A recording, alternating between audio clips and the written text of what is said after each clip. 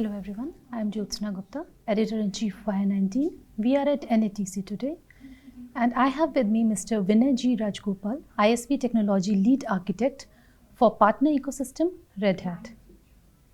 So I'll put some questions across with you, sir. So how can organizations align technological innovations with sustainability goals? Yeah, very good question, Jyotsana. But first of all, it's a pleasure being here. And like I go back to your question. Thank you. So if you look at from an organization ability to align into the sustainable computing aspects, right? We look at it from all the three layers. You have the infrastructure, which is all hybrid and cloud right now, because organizations are really looking at not just one cloud, not just on-prem. They want the best of the both worlds. So it's definitely heading towards the hybrid emphasis. And what is important there is to also look at a lot of chip makers, a lot of hardware efficiencies that they've brought in terms of power consumption and so on and so forth. But that just doesn't stop there, right? Because if you look at the entire horizon, you have all the HVACs, all the power generators, the backups, the fuel that is consumed to ensure the power is always on, right? You can't afford a data center facility to go down. Yeah, right. And on the other side is the IT facility that adds to this whole data center, which is your compute, your storage, and your networking. And of course, HVACs there also to ensure the cooling, the ambient temperatures and things like that are maintained. So you have to look at it from a smart, hybrid, cloud infrastructure measurement, because you cannot manage what you don't measure. Mm-hmm. And that would be the foundational start for any organization.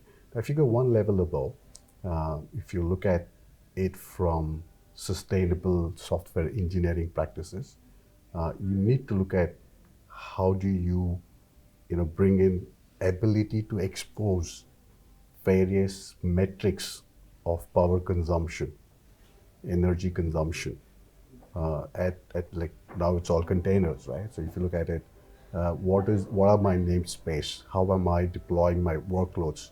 How Kubernetes components itself, like the API server for as an example, mm-hmm. Is what is the energy it is consuming, right? So you need some level of ability to expose those metrics and then build a reporting and look at what is that efficiency that you can drive upon. So it's absolutely important at the infrastructure layer and the platform layer. And now comes the application itself, right? Now, most of the applications are monolithic in nature, which means that you need some kind of an application optimization practices, which gives you an edge to quickly wrap that monolithic into microservices, and at the same time, look at, can I have fast boot times? Can I have low memory footprints? And with 5G, you see edges becoming a reality. Mm-hmm. So you will see a lot more applications, almost everywhere, and manageability, scalability, at the same time, measuring those energy consumption, power consumption becomes important. So I would say it should be a three-staged approach: the hardware, the platform, and the application. Okay, and I think there's a fine balance between sustainability and how the, performance of these things happen. Absolutely, absolutely. Yeah. So what tools, practices, or methodologies are available to developers for optimizing the carbon footprint of their codes, containers, and how can they integrate sustainability into their very workflow? Again, very important question. And I strongly believe that it's not just developers, right? It's also the operations team, because the developers who build those differentiations into an application, which is the interface for your consumers, your customers, and that drives a lot of experience. But it's the operations team who also keep that working. Yeah, so I think it's a responsibility, because if you look at that three-staged approach that I mentioned, from a platform perspective, it becomes absolutely important for the operations team to understand what is my energy consumption. And it also becomes important for developers to understand how much my code is consuming the energy, right? So if you look at it, it's a combination of both. And I would say that there is a CNCF project called Kepler. It's the Kubernetes, we kind of gives you a exporter capability, which is Kubernetes power level exporter. Okay. And what it does, it can give you energy consumption data, all those metrics Okay. at the namespace level, at the pods and the nodes. So you distribute your workloads, you run those containers on pods, which are on nodes, so you get energy consumption data of that. At the micro level, you At, mean? yeah, at the pod and the node level. So what that is for operations team, if you can tap into it, it's an open source project available as a part of the Okay. CNCF project.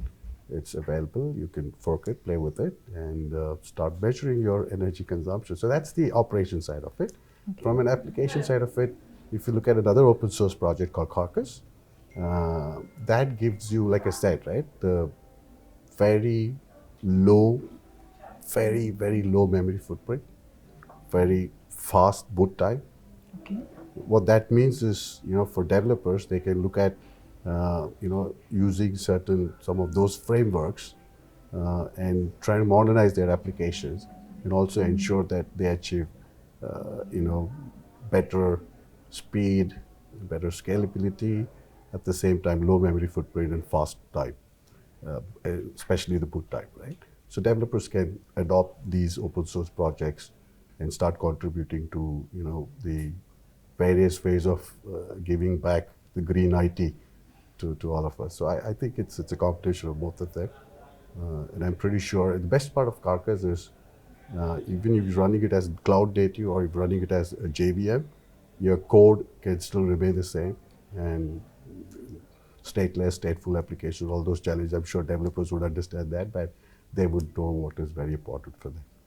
Very insightful. I think the developers who will view this video are going to take notes from this. Thank you.